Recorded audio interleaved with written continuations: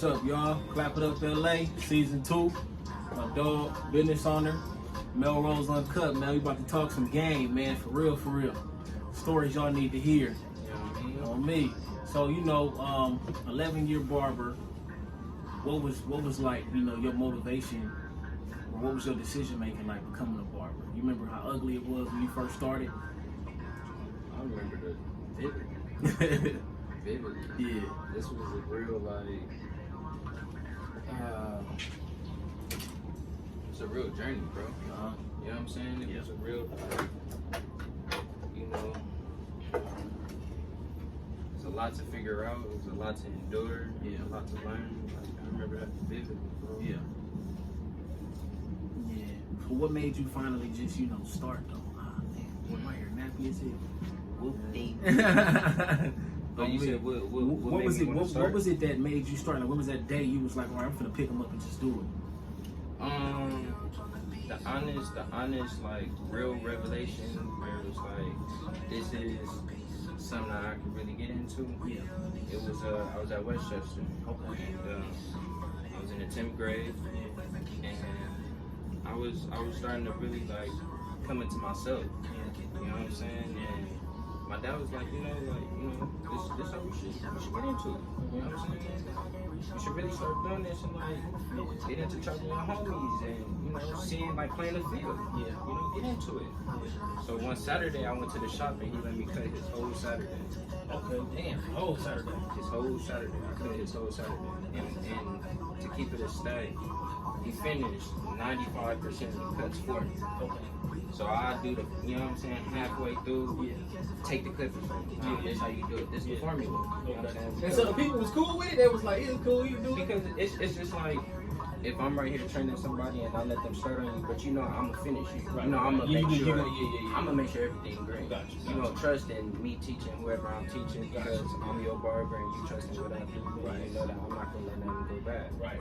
And I'm right here the whole time. I'm not going to go eat. Facts. And I'm going for I'm right here with you. You know what I'm saying? And it was beautiful for him because you know what I'm saying. He ain't doing nothing. Correcting stuff, but. It's for his son. So how did you feel being able to do that? Were you nervous? To a degree, but not really. Like, you know what I'm saying?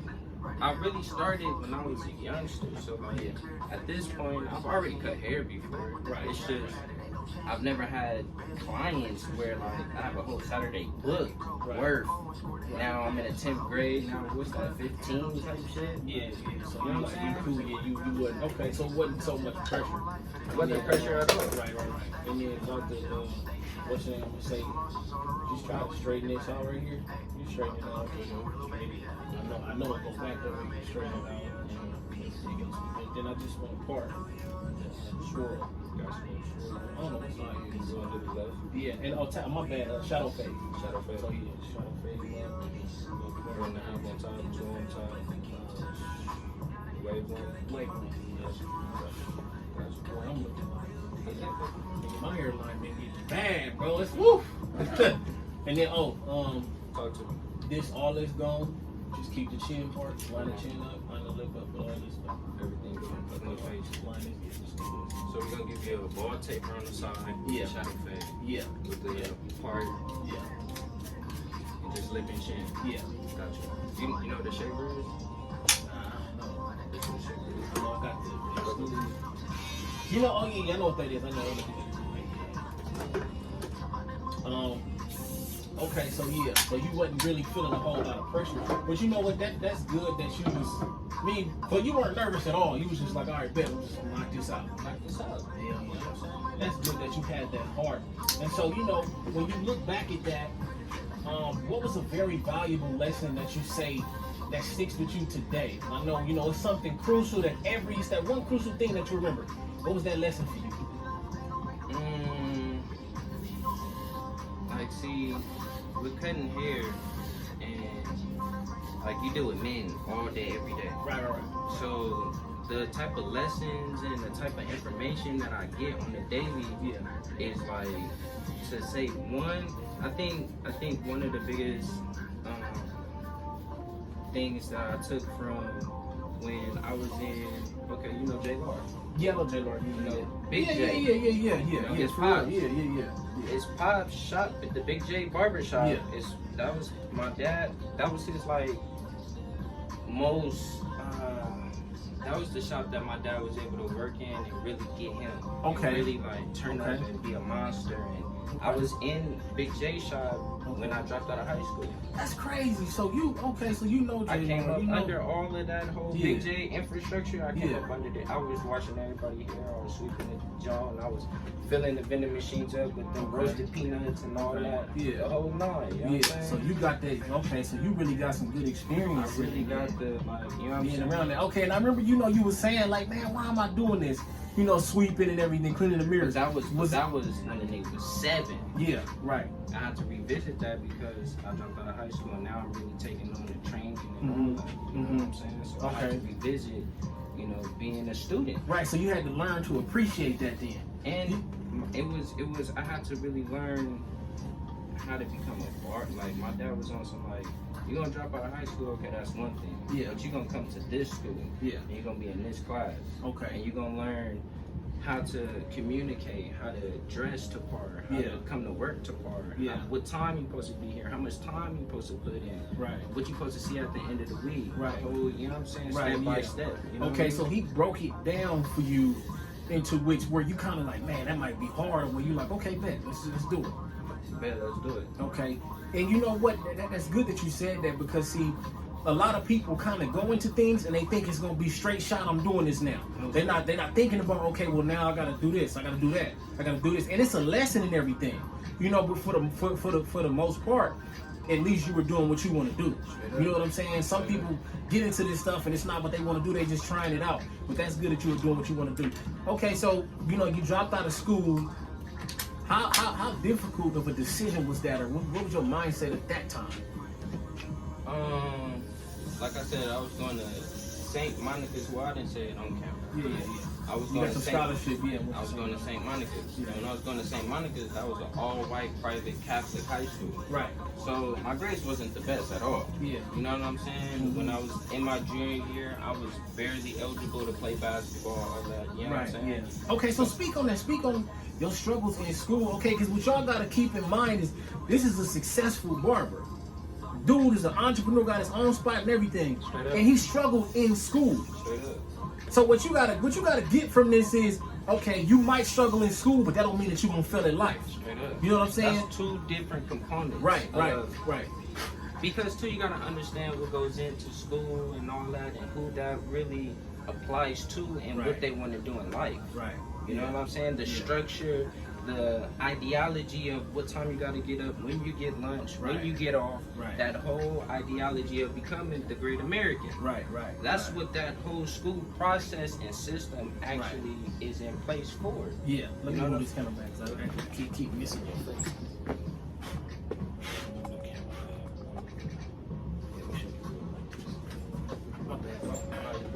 Oh yeah, that's better. Got your face. Okay, so yeah. So you got your scholarship, you playing ball, and you know the things hit the fan with the family and everything like that. So now it's time for you to make that decision to go ahead and, like you said, just figure something out because you got a scholarship, you still paying. Mm-hmm. So making that decision to go ahead and leave, did you feel like a failure at all, or were you just kind of like, okay, this just ain't it, I'm gonna move on?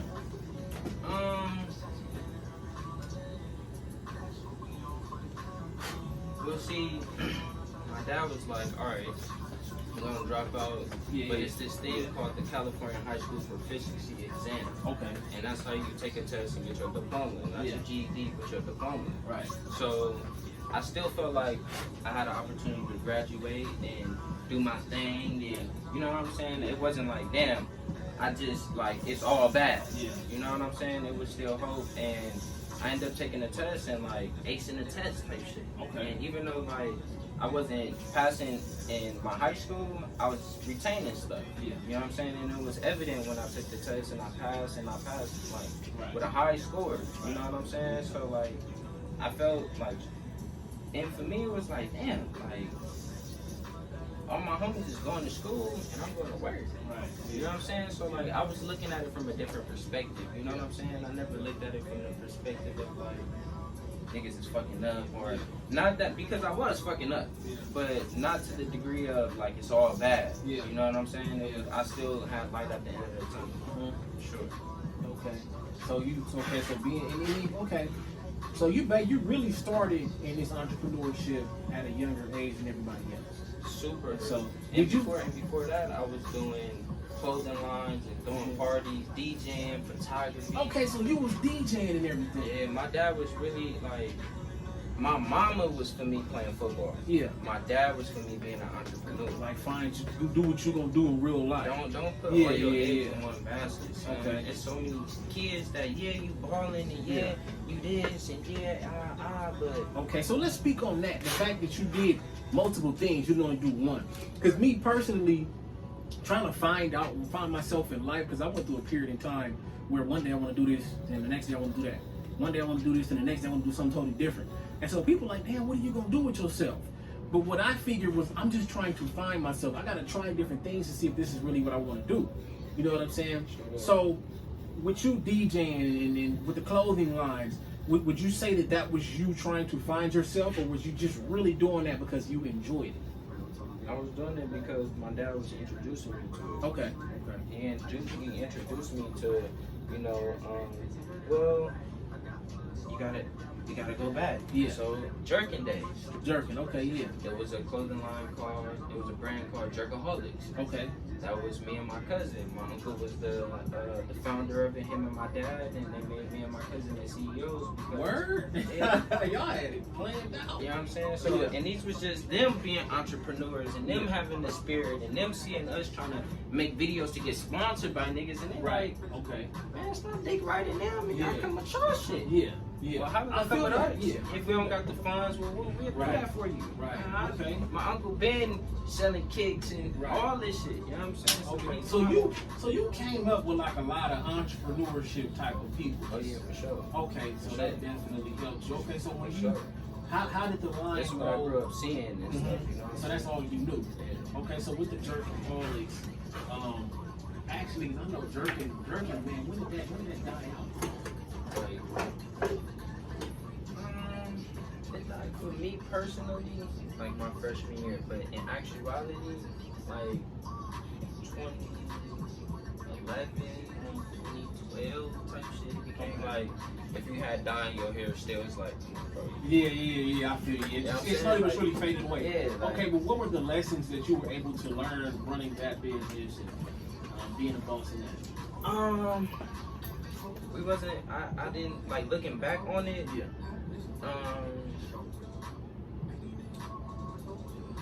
like, really, what my uncle said to us, like, why you dick riding and going and doing X, Y, and Z for that? Yeah. Start your own shit. No, that's shit cracking. That's facts. You know what? A lot of people don't start their own things for different reasons. Like me personally, I struggle with self-confidence. So I would never start no brand. Like, the hell I'm gonna start a brand for? Ain't nobody gonna mess with my brand. And so what you gotta know from that is that if you don't feel yourself, nobody else is ever gonna feel you. You know what I'm saying? So with that being said, once you experienced that, you got into the DJing. How did the DJing situation work out? And to tap on that, like, we wouldn't have had that confidence if my uncle didn't get and my father didn't give us that confidence. Right. You know what I'm saying? We was willing to embark on that whole, that whole situation because they gave us that confidence. They, you know what I'm saying? They gave that to us. You know what I'm saying? We wasn't on some like we just cracking and we just, you know what I'm saying? We were just kids that was making videos to get sponsored like everybody else. So were you actually a jerk dancer? You was getting down or no? I was, but I was more so like a Dougie type. Oh, okay. Like, I wasn't the jerk. I was on some Dougie shit. Doing the splits and all that. Yeah, no, I wasn't doing all that. Backflipping and I wasn't doing all that. Yeah, jerking was a heck of an era for us, bro. I feel like that was the first year I feel like we was in control, man. We actually knew it. Yeah. You know what I'm saying? YG doing his stuff, the way the music went. So you get into the DJing, and Well, you know, I know a lot of people that actually, you know, want to be DJs. How does it feel to be the reason why people are dancing? Be the reason why people out here having a good time? How did that make you feel? Man, it was, you know, it was moments where like my boy EJ, who EJ, what? Is he a firefighter right now? Nah, he's not a firefighter. He's a producer. Okay. He making music, and like when I had him, he'll be DJing and I'll be MCing. Yeah. So like that is like a whole nother experience. You know what I'm saying? Yeah. Like, I was talking to my dog about the MC. yeah. That gotta be lit, bro. It's lit, bro. Oh my god. And being a kid and Yeah. like, you know what I'm saying? Yeah. Having shit turned and like, you know what I'm saying? I want to MC someone there. I swear I want to. I feel like, bro, It's a feeling. It's a hell of a feeling. the way my energy, bro, when I get lit, oh my god. For sure, for sure. Hell yeah. So MCing, and then, you know. But when I was DJing, like, you know, and as for the question, how did it, you know, feel making people dance and seeing that and all that? A lot of times, like, especially for me, when I was first starting, I wasn't really able to take it all in while I was DJing. I was more stressed. You feel me? Okay. Like, I'm trying to keep it cracking. Yeah, you trying to make sure find people the like next your one. music, cause you and know. the song that I already had queued up, Yeah. I'm trashing that one. I want to come over here with it. You know what I'm saying? So it's Hey, like, yeah, cause you know DJs be getting criticized, boy. Hell yeah. You don't come with the right stuff, people be like, oh, this nigga weak. Niggas Yeah, on you. yeah. Niggas is blaming you for their whole function and Yeah, not being turned up when they had 20 people here. Oh my And god. niggas is on you because you didn't have your, like, come on. Wait, so did you had a situation like that? Somebody like, look. Oh no, I didn't have a situation like that, but that's happened at Black Hollywood, though, for sure, for sure. Oh, Where, that's like, crazy. you What, know, was Black Hollywood a club or something? yeah, bro. It was a club and a barbershop. Yeah. Oh, It a was club like, and a it barbershop. was iconic. Shout out to Black Hollywood, man. That was one of the most iconic barbershops in Los Angeles history. Damn. History, bro. Nigga said a club. So wait a minute. You got a line for people to get into the club, then you got a line for people to get their cut so they can get into the club. You feel me? Are you serious, bro? What time did y'all stop cutting? Bro, I got videos on my phone and me cutting at 3 in the morning. 3, 4 in the morning, getting it I'm in. talking about I got in at 9, got in at 8 o'clock, 3, 4 in the morning, getting it in still. Right, that's crazy. Still. That's crazy. Yeah, I missed out on that. I might have been out licensing someone that was going up like that. That was 2017 and 2018. Okay, yeah, damn. I didn't remember about that. Black Was out here? Hollywood. Yeah, I was back home. I was back home working. Hell yeah. But see, you know what? I got into truck driving, bro, and for a little while, it took my drive away. You know, because you be working so many hot-rodded days. I worked 72 hours in 1 week. 1 week, talking about from Monday to Friday, 72 hours. That's not 2 weeks, that's 1 week. So a lot of the time, my drive was gone. Like, this is my thing. Okay, I'm entrepreneurship minded. Yeah. It's in my spirit. It's just something I want to do. And when I got into the truck driving, I was like, okay, maybe this is it. Maybe let me just settle. But I couldn't settle. Something in me was like, nah, this ain't it for you. You gotta keep moving. You know what I'm saying? This ain't it. You gotta have that drive. So, you know, having that drive, that pure push, something that you can't even explain. Have you ever felt that feeling? It's like you gotta keep going, you gotta keep going. Like right now, this ain't what you need to do. You know, have you ever felt that before? Not more so in the sense of like nobody knows this, but it was 2016. Yeah, it was 2016. The Universal Soul Circus was out here, and I felt like I had to keep going as far as like I need extra, I need more. You know what I'm saying? So I took on jobs to, you know, put me in a better position than what just my house calls was doing as far as me cutting and stuff. But I've always, through all circumstances, through majority, like I can say all my life I've played football in K here. I've done other things too, and I'm experienced in other areas. But for the most part, all my life I've played football in K here. I've always cut hair. You know what I'm saying? Yeah. I never was on some like. The only time that I was on some fuck cutting hair shit is when me and my dad was bumping heads early. Yeah. And I was on some fuck cutting hair shit. But other than that, I was always cutting hair. And even when I was telling my clients, like my homies, like I'm not cutting no more. Yeah. I had niggas like, nigga, Are you serious, bro? Bullshit, you not cutting hair no more. Right, yeah. And you about to come cut my hair. Yeah, nah, you can't do that to the homies. Right. No, me. And I was telling him, like, bro, it's bad, bro. I'm not doing this no more, bro. Yeah. And niggas didn't allow me to, bro. Okay, so when you were in that dark place, man, what would you say was your deepest battle with yourself? You know, where you just like, man, I'm walking away from it. I don't even want to hear nothing about it. What was that? Because you know, I know you said you had a situation going on with your dad, but also you had to battle yourself in the midst of this in order for you to just be like, forget it. So what was that for you?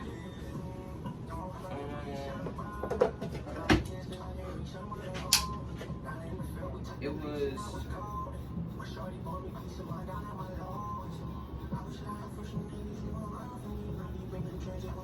You know, I think too, it was a lot of like the unknown as well. Yeah.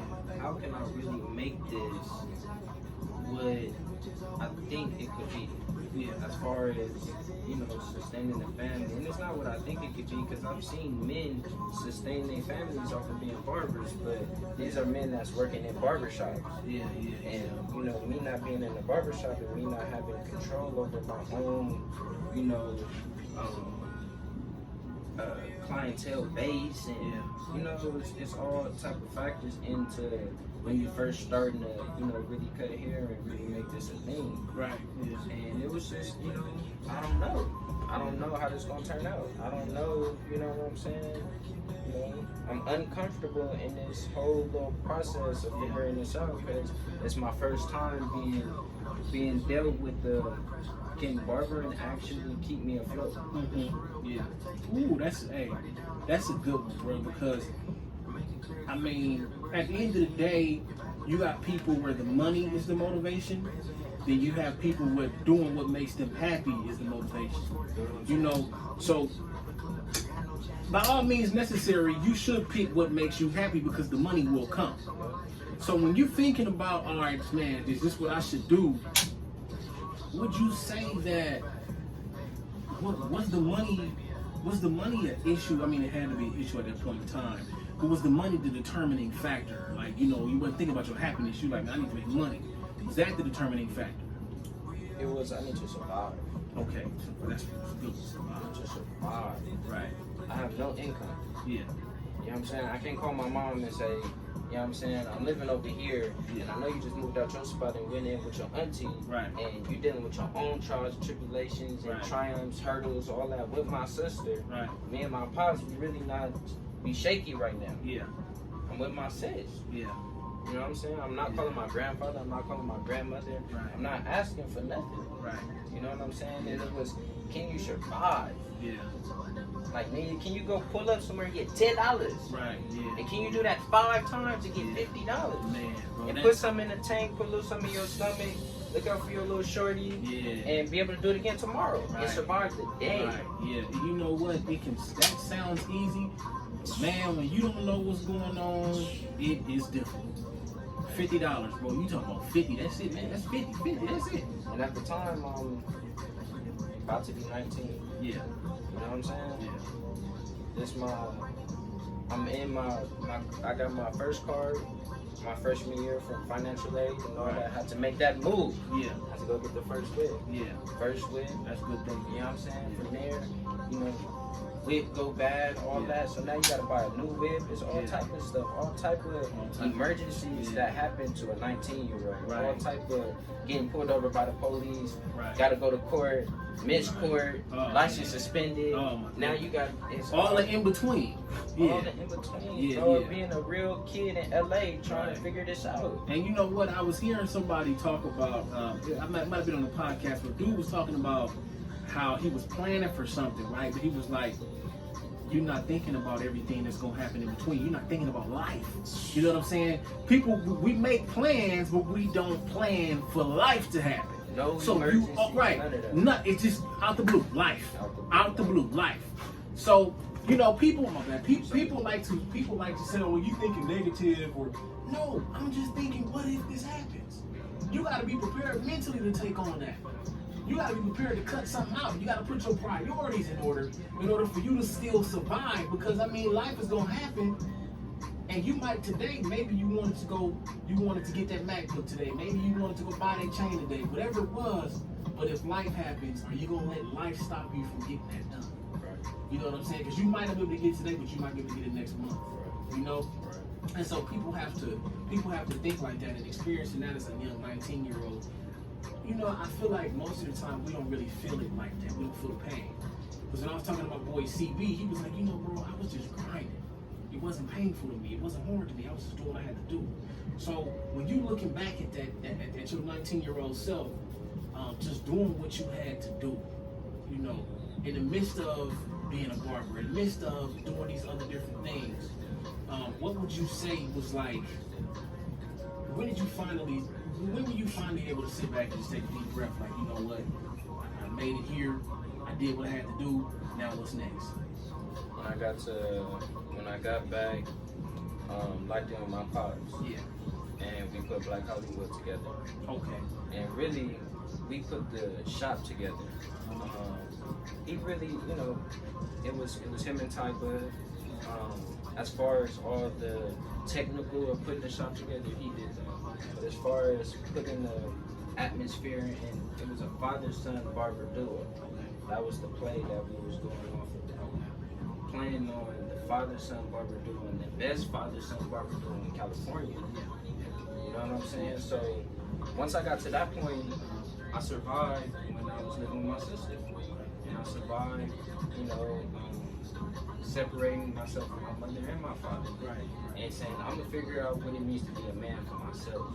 And what morals I want to stand on. What religion I want to follow. Yeah.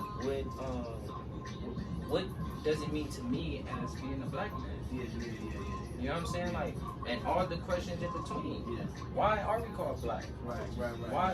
Why we don't have a country of our own? Right. Yeah. Why am I from California and you from Mississippi? Yeah. But they from Germany. Yeah. They from. Facts. Yeah. You You feel had me? to figure it out. I Yeah. had to figure it out. Right. That was my time to do it. Okay. And when I made it through that, I was able to sit back and, from a bird eye view, say, Yeah. wow, like, you know what I'm saying? Yeah. And dealing with people telling you that, man, just go get you a job. You know, I know you were speaking on, you know, you was like, you can deflect it so much, but after a certain amount of time, it's finally gonna hurt. You know what I'm saying? Dealing with that hurt, you know, how difficult was that? How close were you to just being like, you know what, I'm just about to start applying to jobs? I did go get a job. Oh, really? Oh, okay. Where was you working at? I worked for the circus. Universal Soul Circus. Yeah, okay. And fresh off of from being under the Big J's barbershop, Yeah. directly under my dad. Yeah.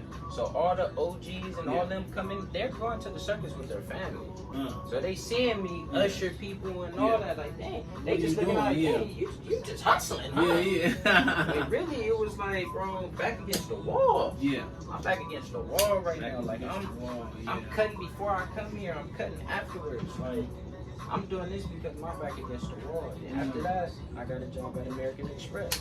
Okay, so you went from job to job for a little while. Those were my two jobs. Okay. And so, because I know me personally, I work these jobs, bro, and I'm constantly reminded every day as to why I don't want to work a job for nobody else. So, did you go through a lot of that? Just, you know, having to do what people say, you know, not wanting to do it, like, damn, man, why am I here? Did you go through that? I was like, with my circus experience, Yeah. I was able to like, it was different. It was a black circus. Yeah. So I was meeting people that was from Trinidad. I was Okay. meeting people that was from Haiti. Yeah. That's really like doing crazy shit. Yeah. You know what I'm saying? Yeah. And like, I'm a cool dude. Yeah. So like, I was able to, you know what I'm saying, befriend these people, and they befriended me. To this day, like, I still holler at these people. You know what I'm Yeah. saying? As they traveling and doing their shit. Yeah. And I was at American Express.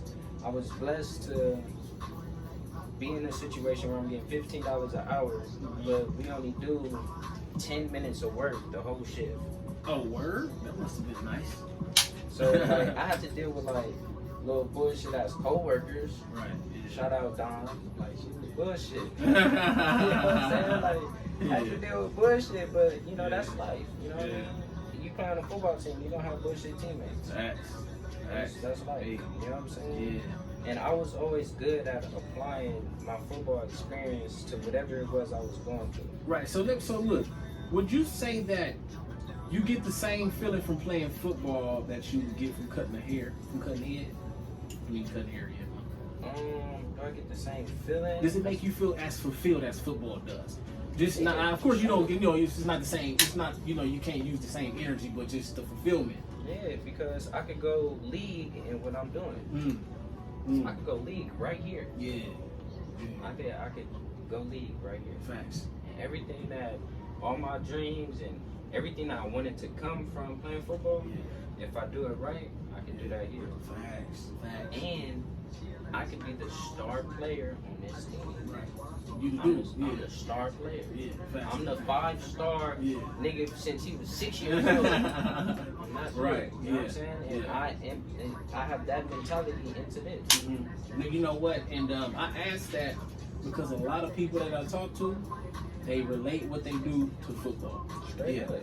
It's the same feeling I felt when I played football. Straight up. Somebody was like, bro, I felt like I just bought on the game. I'm like, that's exactly how I felt when I first stepped out to speak publicly. I spoke to a football team last year. And I'm nervous as hell, whatever, but after the speech, when I sat down, bro, I felt like I just played the best football game of my life. And see, I get to speak, so I get the passion and all that, bro. So that's what makes me feel so fulfilled. And I feel like a lot of people spend time doing things that don't fulfill them, so therefore they aren't happy. Like I started thinking to myself, maybe those bitter old people are the people that live their life doing what they did not want to do. You gotta think about that. You live your entire life doing what you don't want to do. When you finally get old, you just like, man, forget all y'all. I don't care what y'all think about me. I'm old. I'm about to go. But too, I understand too how it must have been to, and I can only speak for the black community. Yeah. You know what I'm saying? Like I'm honestly one that's for my community. Yeah. And I'm only concerned with, first my community. Once I get to a certain place, it might change perspective. You know what I'm saying? But as of now, I only look at it from the lens of the black man growing up in the 60s, in the 50s, in the 70s, in the 80s, to where you told that you're not capable. Yeah. Being overly capable. Yeah. Being overly intelligent, witty, all these characteristics that make whatever it was that you wanted to be great in whatever lane that was. Yeah. And having to deal with you not. You an animal, you a savage, you a thug, you did. So now you grown and you got you're fulfilled with what you not. You know what I'm saying? All these stereotypical bullshit that was placed on you, all these lies that was placed on you when you ain't never got a chance to show what's true. I'm actually very responsible, very compassionate, very all type of things. And to be a black man that, grew up in this environment, you know what I'm saying, this society of constantly reminding you ain't shit. You ain't shit. You just a nigga in the Benz. Not shit. And I'ma pull you out and I'ma whatever. Right, you just a rapper, you just a football player, you just a barber, that's what they do. But you know what? I was watching this movie on the screen. Her name was Sarah Martin. You ever heard of her? I haven't. Okay, well she was a lady where she had to have the biggest butt around. Okay. And this was in 1800s. And so basically what they did with her was that they basically took her around as an animal and put on a show with her to all the white people. So they treated her like an animal. He made her bark and jump around. And so what they did was they made her feel as if she was an animal. And she grew to understand, I'm not an animal. I don't want to do this. Why are y'all making me do this? And she started to fight back. So when you speak on just being told something and being degraded for so long, because that's what they did to us too. They demasculated our men. You know what I'm saying? And made the strongest man look like the weakest man in front of everybody in the city or town or whatever. And we still go through that till this day, but it's only a couple of people who wake up to it. Like, you know what? No, I am better than this. I am better than that. And you know, you hear Nip talk about that. Nip says, you know what? I'm independent. I want to be an owner. He said, you know what? When I go on to business meetings, y'all can't talk to me like that. Y'all gotta talk to me like a boss. Because you deserve that. And I feel like it's so many people who struggle with understanding that about themselves. Like, you are great. You are powerful, but you have to believe before anybody else can tell you, and you can believe it for them. And I struggle with that my entire life, bro. No confidence. People tell me I'm this, I'm that, and the third, and I'm like, yeah, whatever. It don't work because I don't believe it about myself. So first and foremost, for anybody to be successful, you have to believe within yourself first. And you believing in yourself, I mean, you can see how it paid off. Dealing with everything you have to deal with, you can see how it paid off. So even somebody coming up wanting to be a barber, what's the one thing that you would say? I mean, of course, there's a plethora of things, but the one thing off the top of the dome that you can say, make sure you're ready for this. The journey. Yeah. The journey, bro. It's not microwave. Yeah. It's not microwave. I mean, you know what I'm saying? Like, it depends on how you want to do it. yeah. You know what I'm saying? I don't know how everybody wants to come into the barber game. I don't know what their goals are. I don't know what they. But for me personally, it's the ladder. It's the one brick a day. It's the understanding that, like, Taking a sticker. I got a destination. Right. You know what I'm saying? Yeah. I got something that I'm working to. Right. And am I willing to spend, you know, every day working to that goal? That's very important. Am I willing to spend every day working to that goal? Am I willing to do the same thing every day to get to this goal that I'm trying to get to? Right. Yeah. You know what I mean? Because that applies in anything that you want to do. Right. That it's not. It can't be overlooked, dude. And that can't be overlooked, bro. People try to skip so many steps, bro, and bro. there's so can't, many lessons that you miss because you skipping steps. You're not able to say, like, I can cover my journey from A to Z. Right. Yeah. Can you cover your journey from A to Z? Right. Can you recall all these moments from A to Z? How it made you feel? How to, you know what I'm saying? All that. And you know, I speak on trust in the process. I know people like to say it because it sounds good. Trust the process. That shit hurt some motherfucker. But, The first one to say it. first. But just like you said, are you willing to struggle, wake up every day and do this? That's all a part of the process. You're gonna lose people, you're gonna win people, you're gonna hear the discouragement. It's all a part of the process. But the process builds you for who you need to be. And nothing worth having comes easy. Nothing at all. Nothing worth having comes easy. And so, being where you are with your own spot, man, what was the process like in being able to get to this?